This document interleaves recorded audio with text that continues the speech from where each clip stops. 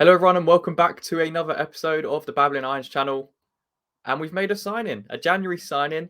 Danny Ings is officially a West Ham player in a deal that could potentially rise to £15 million with add-ons. So it's about 10 million plus the add-ons.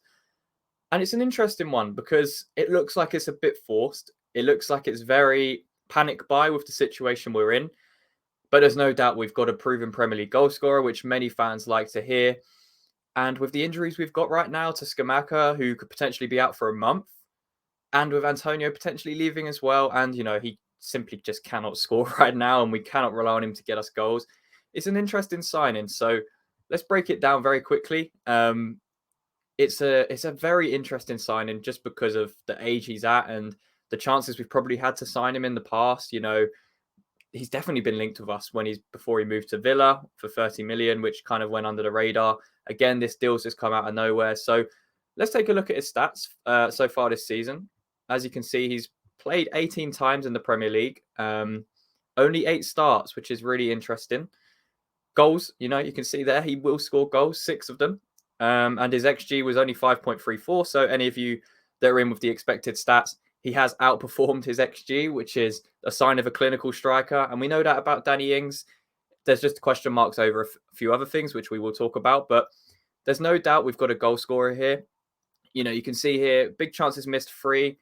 So he will miss chances as well. But, based on the fact that he's been pretty much an impact player for Villa this season, only 8 starts, 10 from the bench. So you can see he will stick the ball in the net. And other than Benrahma with penalties recently, we've been pretty stuck on who our penalty taker is.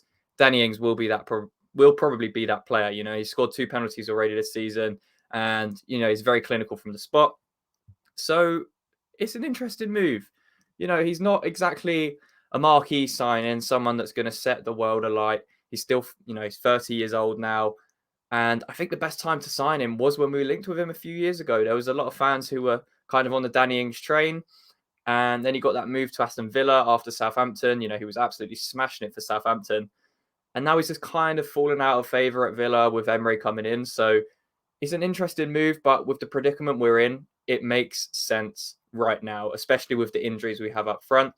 There's also rumours that Moffey is still being explored as well as Ings. It could just be both of them, which would be, brilliant.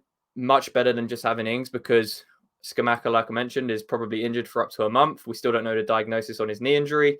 And Antonio just doesn't look interested. We've seen him coming out in interviews and on podcasts or whatever he's been on and basically slagging off, saying that we're just not playing the right way and that the way we've tried to adapt isn't working, which is a fair comment. But in the predicament we're in and the position Antonio is in himself in, it's a very stupid thing to say at this time of the season, halfway through. And it's not like he's been one of the standout performers and he can come out and say that. He's been one of the most underperforming players of this campaign. So it doesn't really make sense for him to be saying that. But nevertheless, we've got Danny Ings for £15 million. So he's got half a season to prove what he's still got. There's goals in him. We need goals. We're now in a relegation battle. There's no denying that. We have European football as well. So we're definitely going to need bodies. But with West Ham and their luck with injuries, our luck with injuries, should we say, you just know something could happen with him. So the fact we're bringing in another injury-prone striker is a little bit of a concern, just based on his history as a player. And we know he will score goals. I mean, if we just take a look at his stats recently in the Premier League, once he moved to Southampton, he had a couple of loan spells there where he scored 7 goals and then he scored 22 goals in 38 games for them. Signed permanently, scored 12 goals from 29. And in Aston Villa, he just hasn't really been able to make the impact he wants. He hasn't had the starts he wanted. A lot of his appearances have been from the bench. So, 7 goals and 6 goals is pretty decent considering, we have not got top goal scorers like that at the moment in the Premier League. And, you look at Skamaka, he was supposed to be the one that was going to score all these goals. But that then comes down to another question of, well, is he getting the service? And I guess that's another thing that fans are kind of hesitant on is, yes, we've signed Danny Ings. Yes, we've signed a goal scorer, but who's going to provide him those opportunities to score the goals? Because we've seen it throughout this whole season. When we sit in that low block, we do not have the pace anymore to counterattack teams. We had Lingard to do it in that number 10 role, which is why it worked so well. and it allowed players like Fornals, who was on the left wing in those positions, to come inside, and there was a lot more space. Now we're often conceding the first goal in a game. Then it's up to us to try and break a team down. And, we just cannot break teams down. It looks like we have no methodology, just basically no coherent way of breaking a team down and, having an identity or an idea for how to progress in those final thirds. So, yes, signing Danny Ings at 30 years old for 15 million has question marks, as it will. I think the timing of the signing is interesting. We're in January transfer window. It's often the window where clubs will make these kind of signings if they're struggling. And there's no doubt that there were other Premier League clubs looking for Danny Ings. It's rumoured that he turned down 2 clubs to sign for us. So I guess that's a positive. It's just whether we can keep him fit and how he's going to fit into the team, because a lot of people say he's best as a 2, a 2 partnership. He's not going to get that at West Ham right now with the way we play. He will have to be the lone striker, either in a back 5 that we play or a back 4, unless Moyes wants to switch to a 4-4-2, which he did in the past. We did see Haller and Antonio play together for a brief period, and it was working decently. We had some good success with it, but is it going to be a long-term solution? No. Is it something we should be playing with the players we have? No, we just don't have the pace to do that. So if we're going to adapt this 4-3-3 that we've maybe seen in recent weeks, and, a midfield of Souček, Rice, Paqueta, or even what fans want to see with Rice, Paqueta, Fornals, how is Danny Ings going to fit into this? Because Antonio could be leaving with Ings coming in, Scamacca's injured, and it's going to be on Danny Ings to pretty much lead the line from the get-go. So it's a tough one, because we've signed a good goal scorer. There's no doubt in that. And in the situation we're in, we need goals. It's just where those goals are going to come from, and whether the problem is actually the striker, or whether it's, the build-up play around that, and, just really poor in the final third, whether it be our crosses from our fullbacks, whether it be our creativity or lack of creativity, or by the team selection, or, players underperforming. That's up to interpretation. But my personal opinion, it's a good signing. We've got Conference League football.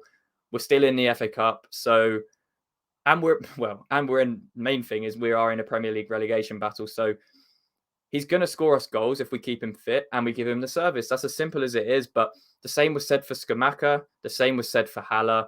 And, it's just under Moyes whether we're going to see that, Danny Ings, that clinical Danny Ings in and around the box scoring goals, because he might not get the chances that people, fans think he will get. We saw with the stats, he's missed 3 big chances this season, which is quite a lot.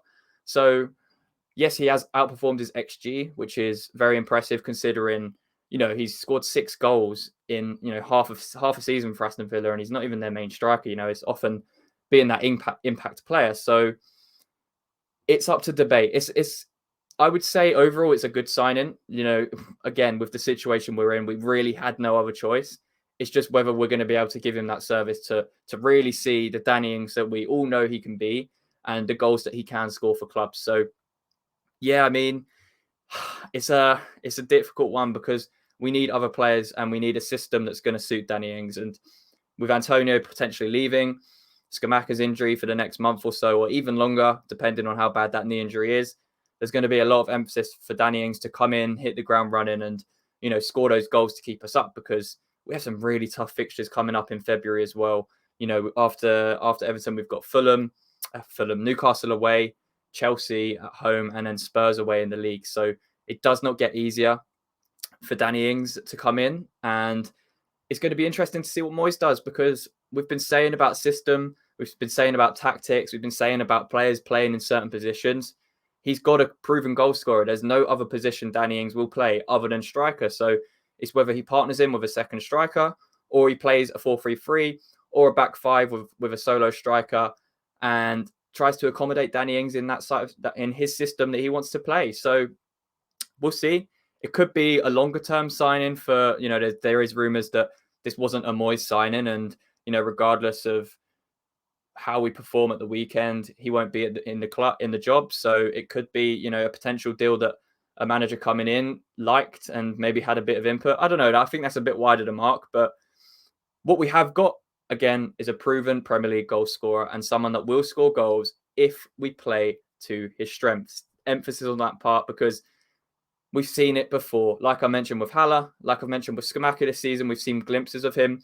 When he has had the service, has had the ball at his feet, he'll score you goals. So it's going to be interesting. Let me know what you guys think in the comments. Do you think this is a good signing? Is it enough in this January transfer window? Do we need more? We've been linked with Mofi as well as a striker. Do we need someone like that as well to come in, especially with Scamacca's injury and Antonio's, recent run of form and potentially leaving the club?